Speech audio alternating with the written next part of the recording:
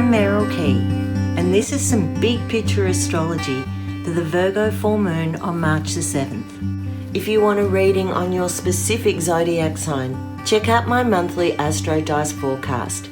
Check it out. And thanks for all your likes, comments, shares and subscribes. They really help my channel and they motivate me to keep going. Thank you. On the 7th of March, we've got the gorgeous Virgo full moon. The sun at 16 degrees Pisces, right opposite the moon here in Virgo, 16 degrees. Virgo moons are for internalizing and assimilating information.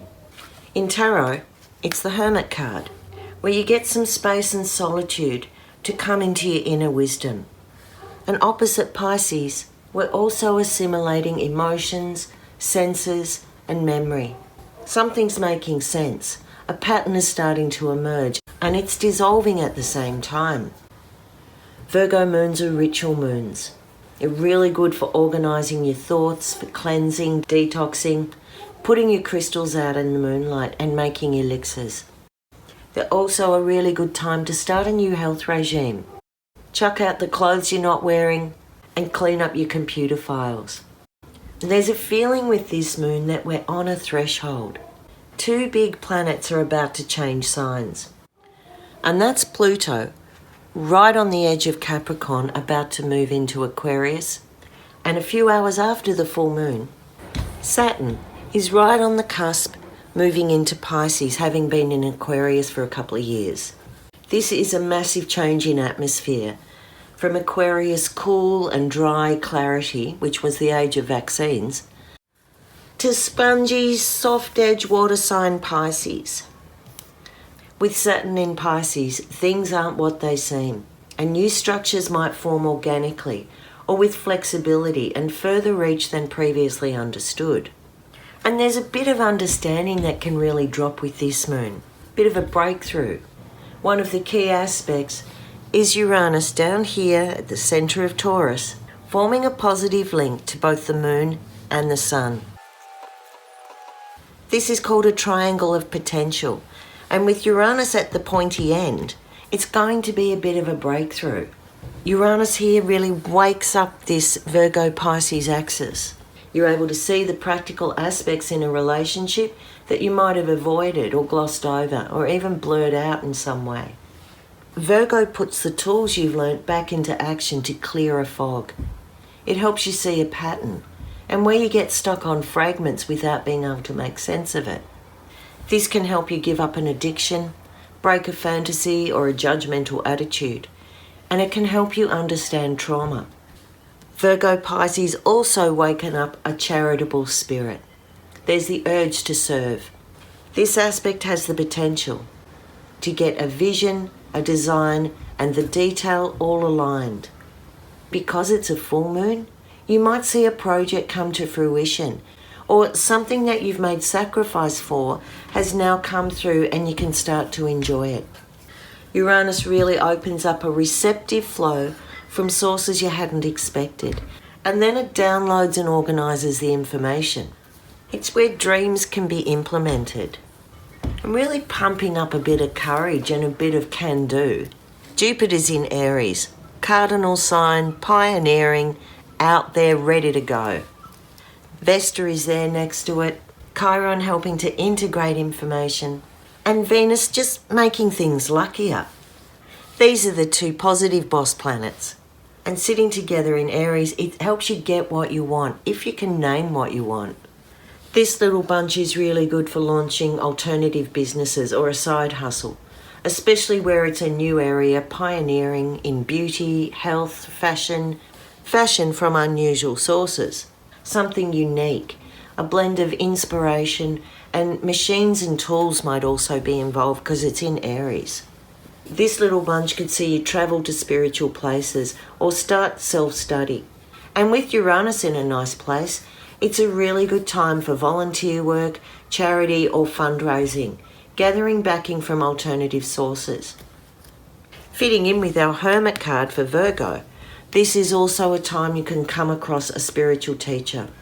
Jupiter, Vesta, Venus and Chiron are working in with this theme of Uranus breaking through possibilities.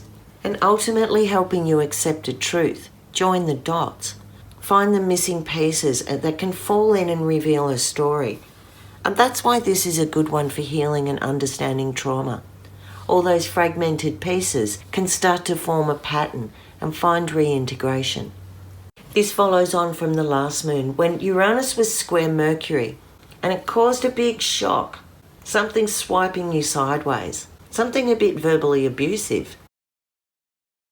But at the same time with that last moon, Mercury was trine Mars, Pluto was trine Venus, and it brought justice, a witness, and some sort of balancing space where you could be held. We said this might bring out revelations, and in the lead up to that new moon, that justice aspect was seen in Portugal, where an investigation into the Catholic Church revealed 4,800 sex abuse cases against minors. Also in the lead up to that new moon, on the 16th of Feb, David Miscavige, the head of Scientology, was served papers for human trafficking. This is the influence of Vesta, the dwarf planet who looks at sacred service. When Vesta gets out of balance, that sacred service becomes slavery, including sex slavery and trafficking. In the last moon, Chiron, Vesta, Jupiter were opposite Maki, the Polynesian god of population movements, resources and abundance. New Zealand was hit by a cyclone and an earthquake and landslides. It found to be as destructive as the Christchurch earthquake. In Syria and Turkey, the massive earthquake that happened on the Aquarius new moon on the 6th of Feb has exposed the devastating effects of corruption in building construction. Whole cities have been flattened because there wasn't good regulation. So far, 47,000 people have died. 6 million have been displaced. Hundreds of thousands are missing or in hospital. And at the last new moon on the 20th of Feb, another 6.8 earthquake hit the region.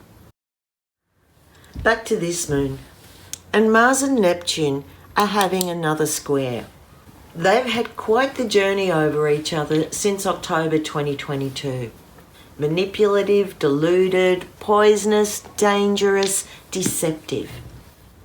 Their little ride has seen the Twitter takeover, Kanye West be cancelled, and a kind of seedy corruption that would take in things like the underbelly of religious organisations, cults, the misuse of financials, where belief has become dangerous and covert.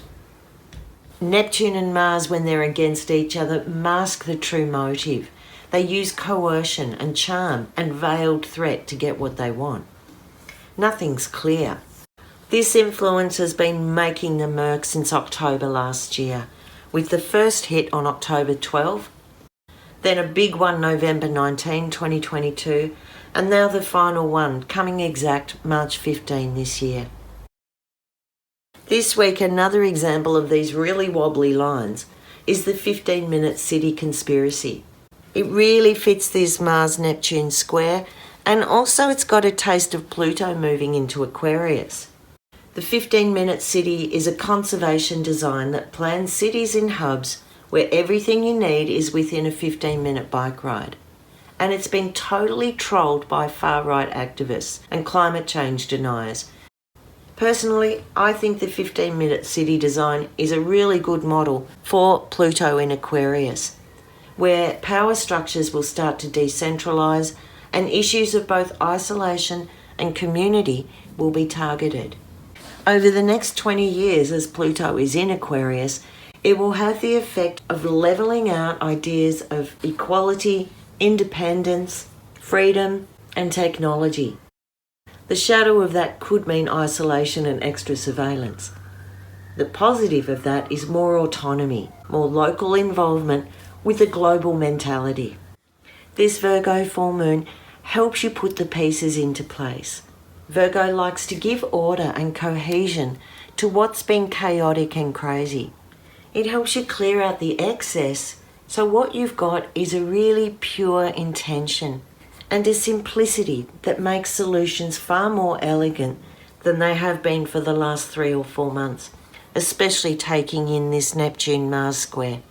Know that this moon is a good time to come into yourself, to perhaps find a therapist or a good teacher, to reflect on the path and the information, the knowledge that you've already gathered, and tweak your expectations so that the light you shine will show the way. I'm Merryl Key, and this is my mystery school. Thanks for your support of my channel. If you'd like to know more, check my other videos or contact me through my website, www.merrylkey.com. Thanks for watching.